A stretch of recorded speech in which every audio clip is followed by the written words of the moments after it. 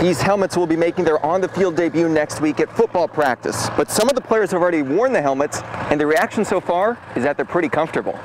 It was never a question of if Anthony would ever make a major tournament. It was a question of when. Anthony's dad always knew his son had something special, way back even when Anthony was in 8th grade, when he reached into the cup here on 18 at the Beaumont Country Club and claimed the men's club championship. In less than 24 hours, 33 cars will scream into this turn behind me, going at speeds over 200 miles an hour to start the Indy 500. I introduced you to the Texas-based team looking to take home the trophy, coming up next in sports. AT&T Stadium, the site of the Dallas Cowboys game on Sunday, but who cares? It's all about the West Orange Stark Mustangs as they go for a state championship today. We get you ready for their game next. In fact, our own Mike Friedman already feeling the madness. His Thunder Sticks. We get you ready for the big game between P&G and Nederland coming up next. Kyle Field, massive. There's no other way to look at it. Over 100,000 seats now inside this place behind me after renovations during the off-season. Not bad, not bad. You know, that took us about 40 minutes worth of practice session trying to even just get it on the green. If you're a fan watching the game and the action in front of you stops because of a review, you will not be able to watch that replay on the video board. The reason being, the Southland Conference does not want your reaction to the play influencing the officials in the booth. This is the paddock area where everyone is ready to go. This is where all the drivers, this is where all the teams are preparing for this week, and they'll spend a lot of time in this area. Also, if you look to my right, the Lamar University Marching Band is in the house ready to pump this place up. Super excited. We're glad they're not playing just yet, though, because we want to hear ourselves talk. Last time we talked to Clay last year, he had a little bit different haircut style. Can we show everyone what your haircut looks like? Yeah, so this all happened one day, and it was after, I can't even remember which start it was after. It was after a bad start. Another 1,000-yard rushing year for you this past season. Do you feel that at this point, it's a lock that you're going to get 1,000 yards rushing? I think it's pretty easy to get 1,000 yards, you know what I'm saying? Not saying not being cocky and motivated, but me just how I would build with speed, I just know I can get 1,000 yards. You surprised everyone? How many people knew? Nobody knew. So I felt it. I just told my agent, go get the ring out the car. So I did it. And then Austin, obviously a cool little city. Do you guys want to do anything cool while you're there? I know it's a business trip, but are you guys going to sightsee, do anything? Well, it would be nice to, you know, go hang out somewhere, go to the mall or something, go shopping. Sightsee. Hold on, out of all the places, go to the mall? Oh, I'm just saying. I'm just saying. I mean.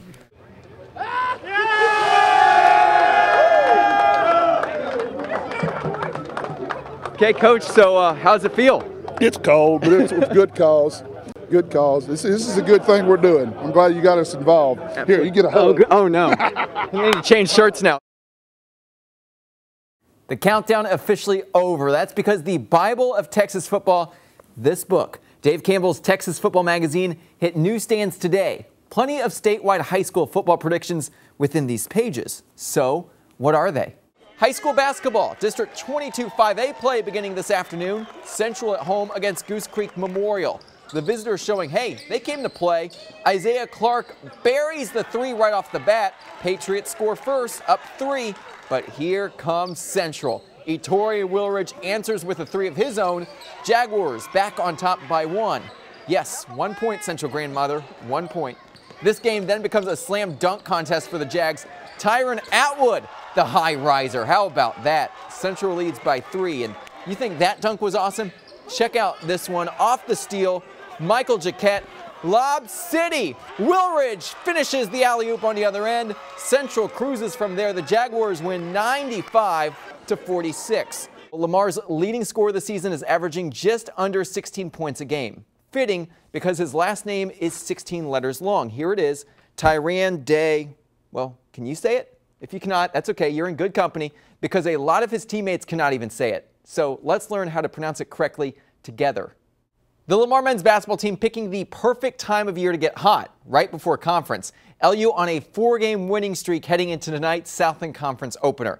To the Montaigne Center, the Cards wanting to top Nichols to start conference play. Good job. It may look like an ordinary high school football team, but if you look closer, you'll notice 2 athletes who typically do not fit the mold of football players.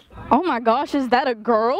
After the game and we're shaking all the guys' hands, like they'll turn around and be like, oh my word, that's a girl, I promise that's a girl. Two West Sabine sophomore girls, Mackenzie Welch and Anna Vasquez, are each playing on the JV Tiger football team this season. Me and her were talking about it like our 7th grade year. We were like, we're going to play in high school, and we actually did it, and nobody thought we would. This past Friday night, the two of them dressed for the varsity game, and they get to do it again this week at home against Cushing. That was the best moment pretty much ever. Running through the banner, they get so hyped up about it, and it was really fun. Anna, get in here at this receiver out here. One of their favorite parts about the experience so far is that their teammates are hitting them just as hard as they hit the other guys. Just look at Mackenzie's helmet for proof. It shows they've been accepted by the team as two of its own. We thought maybe we'd come out here and they'd be, a little, weird about it, but they're actually very supportive about it. When I step out onto that field, I'm not a girl. I don't want to be treated like a girl. Both of them thought they were taking it easy, and they got on to the girls, got on the guys, said, you better come on after it. And I ain't gonna say exactly what they said, but they did. They got on to the guys for taking it easy, and ever since then, they just 100%. Of course, there are times it's tough to be a female in a male-dominated sport, but these two are a great support system for one another. Every time she's down and she wants to think about quitting or giving up, I won't let her. And she does the same for me. They plan on rooting for each other well into the future, which hopefully includes more football. When I go to college, I don't know if they let girls play, but I hope they do. And then hopefully I'll finish out doing whatever I can in it. Hopefully, maybe get drafted to NFL. You never know. With the drive this duo has, we may just see them play on Sundays. At West Sabine High School, Andrew Chernoff, KFDM 6 Sports. The Cardinal is the only official mascot of all Lamar athletic teams. But the Lamar baseball team now has a second mascot. We started off to not really the start we wanted, and we needed something to get us going and just a little voodoo. We were on a road trip up to Abilene Christian, and we stopped at the Buc-ee's on the way. We just decided we needed a mascot, so we started looking around and found us a monkey. A little Superman cape. It was just a little joke, I guess. It started us a little winning streak.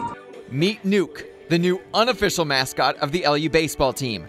The stuffed monkey has already brought plenty of good luck to the Cards, as they've won 9 of their last 11 games. We're buying into it. We're having fun with it. We're giving him wrist tape, eye black, all sorts of fun stuff. So, I mean, he's turning into our epic rally monkey. The phenomenon of Nuke, though, goes far beyond the field. He is already on Twitter and has over 50 followers. I think he gets more followers than any of us. He's turning out to be one of the more famous guys in the club, and I just hope he doesn't big league us too badly. Of course, when Nuke is not on Twitter, he's at the Diamond, watching his beloved Cardinals and cheering them on to victory. We're going to keep riding until he proves differently.